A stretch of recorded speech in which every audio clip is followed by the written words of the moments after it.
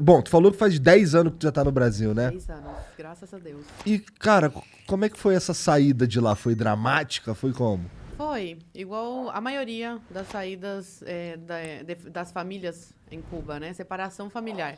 Começou em 2005 com meu pai engenheiro em telecomunicações e eletrônica. Ele ocupava um cargo alto na empresa estatal onde ele trabalhava, para você ter uma ideia. Ele tinha acesso à internet em 2005. Caralho. Era proibido, era crime, né? Cubano ter acesso. E meu pai tinha porque ele trabalhava com isso e era um dos chefes, né?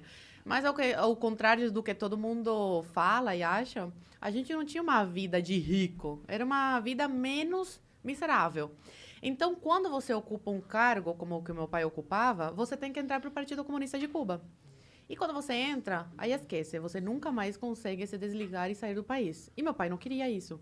Aí foi quando ele tem família brasileira, meu pai, a ascendência dele é libanesa. E há muito tempo atrás eles migraram, uma parte foi para Cuba, o avô dele foi para Cuba, outra parte para o Brasil, Venezuela. E aí essa família brasileira, a prima dele fez uma carta oficial convidando meu pai para passar umas férias aqui no Brasil, 3 meses, que era o máximo que um cubano podia ficar fora de Cuba.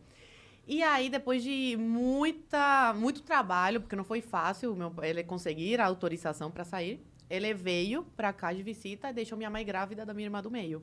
E eu com 5 anos na época. Minha mãe estava quase dando à luz. Ele veio em julho, agosto e novembro. Minha mãe deu à luz a minha irmã do meio. E aí eles ficaram 4 anos separados. Meu pai ficou aqui no Brasil. Ele pediu asilo político depois de estar um ano aqui no Brasil. E deixou minha mãe lá grávida.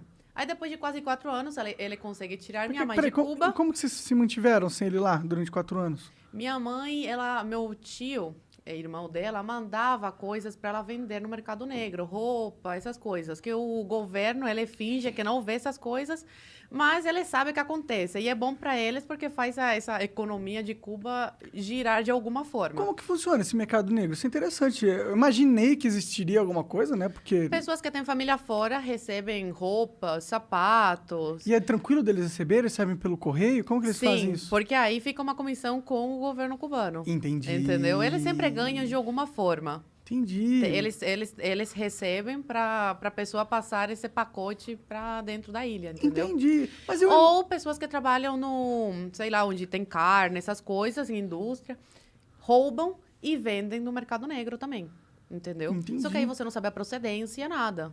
A gente não sabia de onde saía o frango que minha avó, meu avô compravam para manter a gente em Cuba. Cara, isso é muito louco, porque assim, você tá me contando coisas que pra mim eram fábulas, sabe? Eu achava, eu sabia, quer dizer, já tinha escutado falar como era a vida lá, mas pelo que você tá me falando, uma cubana que viveu lá e que tem família lá, Tenho. isso é assustador até. Mas Tipo, não poder sair de Cuba.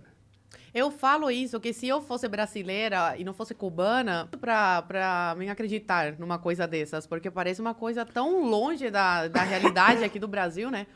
Mas, infelizmente, é isso que os cubanos passam. Atualmente, o cubano pode sair da ilha, tá? Só que é muito difícil, tem que ter muito dinheiro e, geralmente, quem consegue é quem tem família fora, que aí consegue bancar essa saída. Agora tá mais liberada essa saída, não como antigamente, que era completamente... Por Entendi. exemplo, criança não podia sair de visita. Por isso que meu pai teve que separar toda a família.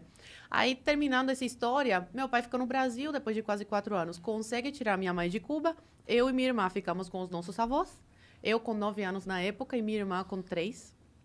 E aí minha mãe vem para o Brasil, vai direto para a Polícia Federal e pede asilo político, porque como eles são casados, meu pai e minha mãe, ela tinha direito Esse asilo. a lei de refugiada também, igual meu pai.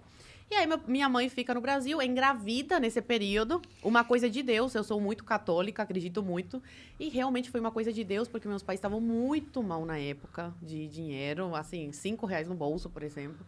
E minha mãe fica sabendo que tá grávida. Aí foi um caos. Meu Deus do céu, como é que a gente vai sustentar mais uma boca, né? E ainda tem que mandar dinheiro para Cuba para nossas filhas lá conseguir, né, comer decentemente, né? Um franguinho, essas coisas. Mas aí acabou que foi uma coisa de Deus, porque ajudou na nossa saída. Ter uma irmã brasileira. Aí depois de quase 3 anos, eles conseguem tirar a gente de Cuba. Meu pai conhece a minha irmã do meio com 5 anos e volta a me ver com 12. E a gente conhece a nossa irmã caçula brasileira, juinvilense, Santa Catarina, com quase 3 anos. Aí, resumidamente, essa é a história da minha família. Então tua família daqui tinha que mandar dinheiro pra lá pra vocês poderem comer. Pô, mas lá não é o comunismo, não é todo mundo come? Como é que funciona? Não. A igualdade lá é de miséria, só que tem uns mais miseráveis do que outros. Aí minha avó, ela comprava uma caixa de frango, quando tinha, não era todo mês que tinha, por mês, pra gente. Aí a gente comia frango todos os dias. Uma coisa chique comer frango em Cuba. Eu não podia reclamar. Só que quando eu cheguei no Brasil, eu não aguentava mais ver frango na minha frente. Aí eu comia carne vermelha, porque em Cuba é proibido. Você vai pra cadeia, 20 anos por matar uma vaca. Sério? É. Caralho. Eles falam que é porque não tem pra todo mundo. Sei. Mas pra família do Fidel não falta, com certeza. É, imagino Nem pra que família não. do Dias-Canel, Raul Castro. Aí é isso.